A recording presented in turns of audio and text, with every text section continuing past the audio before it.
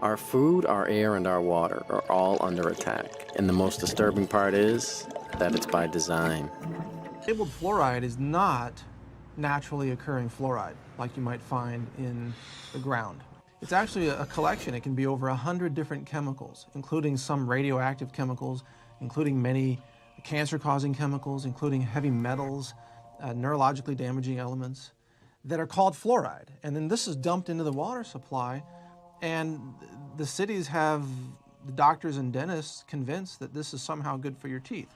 The City Council voted in 1952 to put hydrofluorosilicic acid in our water supply. The citizens walked around and they said, we don't think that's a good idea, and we passed a law that says no fluoride or fluorine-containing substance or hydrofluorosilicic acid can be added to the public water supply. There can be no gift of funds, no tax, and no water bill levied for that purpose. When they first started using fluoride, they used sodium fluoride. And sodium fluoride that we were able to get from the aluminum industry. Well, the fluoride that is being put in the water now, not back in 1940, 1950, that was sodium fluoride. Now it's a mineral. It's coming from the phosphate fertilizer industry. It's a byproduct that is a very toxic waste. It's basically fluoride bound to silica, okay? And it's called fluorosilicic acid when it's put in. Extremely toxic. That fluoride, number one, is ineffective and toxic and should not be used. We are still using it. There's something wrong here. I think it's time that we become aware and do something about it. Our CDC and the liars in Washington, D.C. have only had success in countries that speak English for the vast majority of the disposal of their hazardous waste product. That means that you and I and our children in the United States are the largest consumers of hydrofluorosilicic acid. Call it what it is. Hydrofluorosilicic acid, what is that? Hydro is water, fluo, fluoride, silicic, sand, and it's missing an electron. It's acidic. It'll kill you. You take your hand, dip it in like that, you're gonna die. Hydrofluorosilicic acid does not occur in nature. It's a man-made molecule. And it eats through concrete, glass, stainless steel, fiberglass, plastic. You name it, it'll eat it. So why are we putting that in the water? They dig up this rock. This rock is no good, as is. So you mix it with sulfuric acid, and this produces soluble phosphate.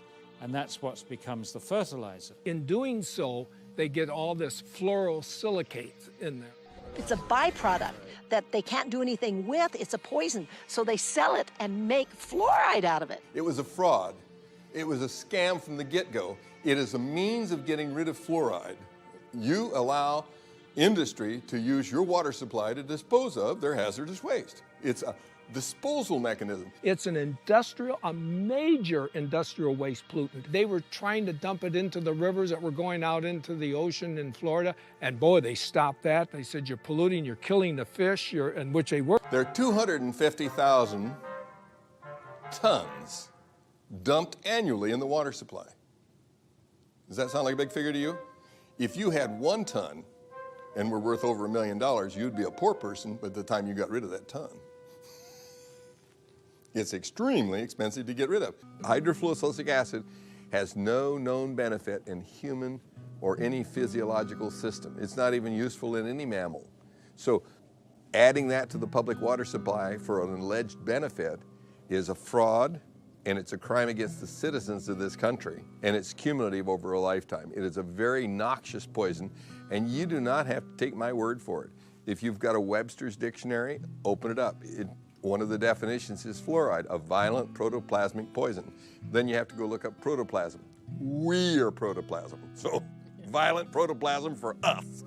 Say, let's put that in the water and see how the kids turn out. Well, there's 3 things you can see from the space station, and that's the Great Pyramids of Egypt, the phosphogypsum stacks of Florida, and the Great Wall of China. And that's how large they are. They have them in South Florida and Central Florida that are 400 acres big. It's a huge operation. They dig. Let's get to the science. That's what I say. Instead of covering it up, let's look at the science. What do these fluoride chemicals actually do to human beings?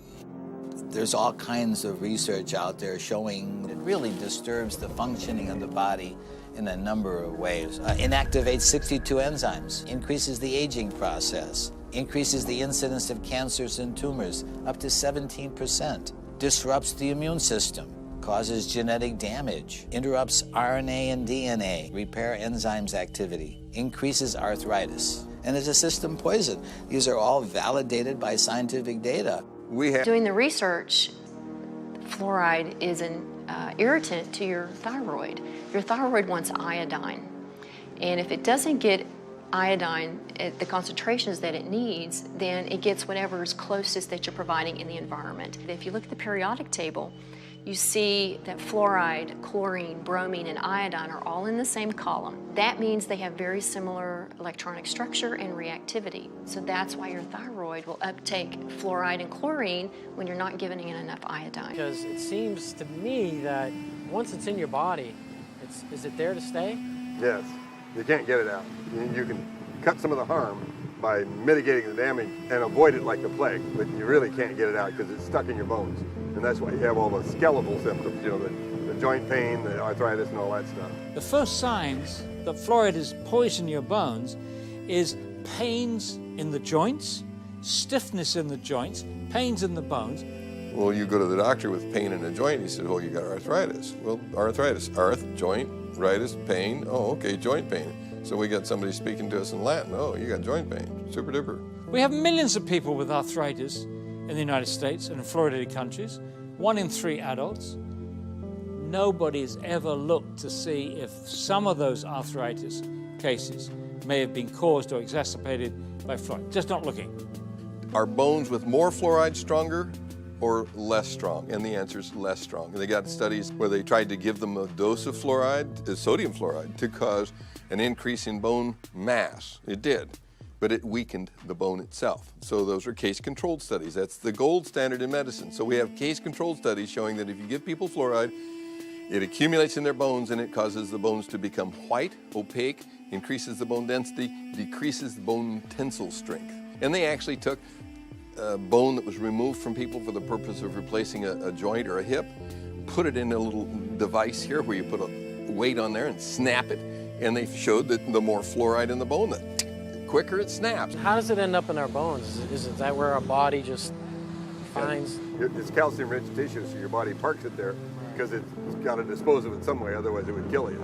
So it parks in the bone and then it kills you. They say 41% of American teenagers have this condition. So this is the white spot, so it's been there. It's a little scary, you know, knowing that many people, we don't even know, you know, what's in our water. So putting it in a baby bottle when the child doesn't have any visible teeth, there's no way on God's green earth that can have anything except a negative impact on that child. But they sell it in the grocery store as baby's first water. I've seen that for years. How do we educate women to not buy this for their babies? And this is why we wanted the warning for infants, because they're the most at risk. They drink their weight in water within 2 or 3 days. Children have died, you know. There's been a case of a child who swallowed this. The dentist left the room. The parents didn't know. The kid swallowed it, had to be rushed to hospital. They couldn't save him. He died. So yeah, it's very toxic substance. There's no question about that. Is that the kind of stuff that a responsible parent would be putting in their child's hand? FDA in 1997 required manufacturers of toothpaste to put this warning label on it. It's the same as you'd have on a loaded .38 caliber pistol. Keep out of reach of children. And only use a little pea-sized amount, which is about the same amount that would be in a bottle of water. And if that amount is swallowed, call the Poison Control Center or seek professional help immediately. So if I drink a bottle of water, should I call the Poison Control Center too? This is just insane. So this is what 2 different organizations say. One says, don't swallow it. Why did they put that on there?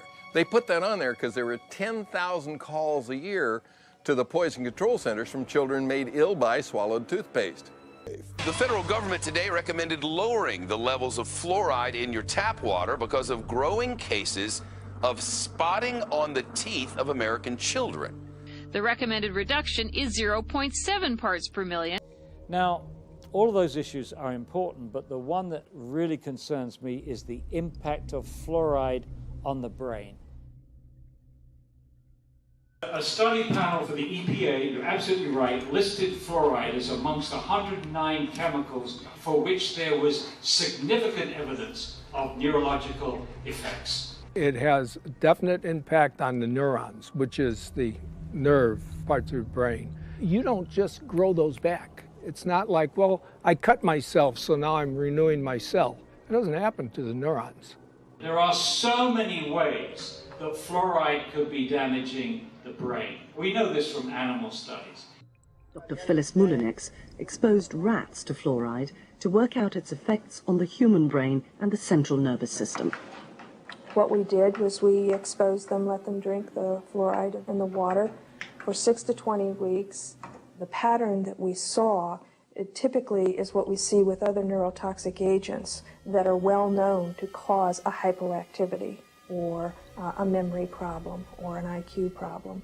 When I first presented the results of these studies, one of the individuals sitting and listening to the results, he says, "Do you have any idea what you're saying?" And he says, "You're telling us that we're reducing the IQ of children." Look, the first opponents of fluoridation in this country in the 1950s were biochemists. These biochemists had used fluoride in their experiments to poison enzymes.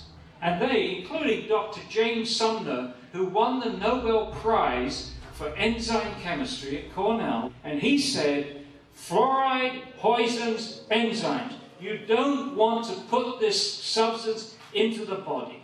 Poisoning enzymes is what makes people sick. Poisoning enzymes is what kills people.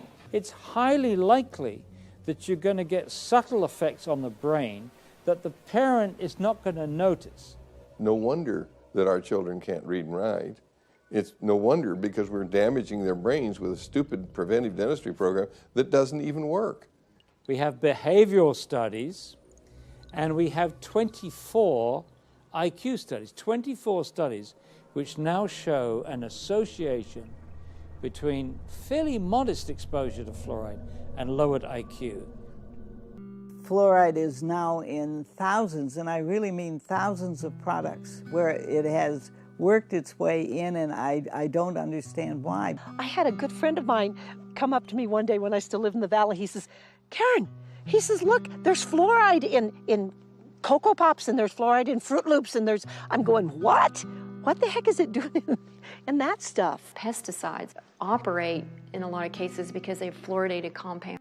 Really, it comes down to this? Yeah, the government's paying 35 dentists at the Center for Disease Control to go out and promote the addition of silicate fluoride to the public drinking water. So it's making a lot of people who can't do dentistry money.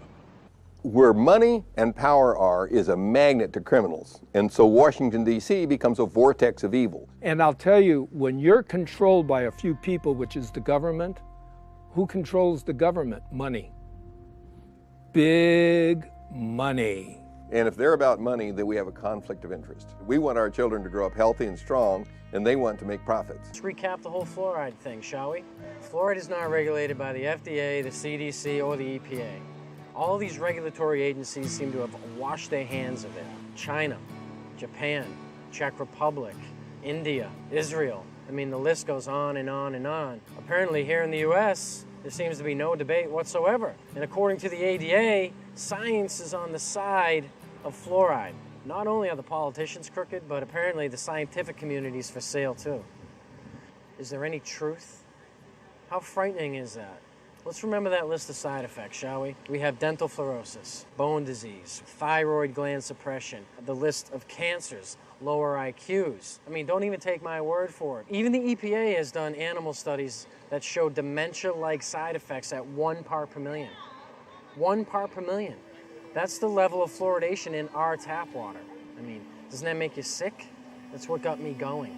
Once I started realizing what's happening to the children, I mean, I couldn't sit still, and I don't know how everybody can just sit back and let this happen. Just please, I beg of you to just look into it. And once you're armed with this knowledge, you'll be able to maybe make the educated decisions to protect yourself and, more importantly, your loved ones. Because isn't that what this is all about? If these regulatory agencies aren't going to do it, then it's up to you.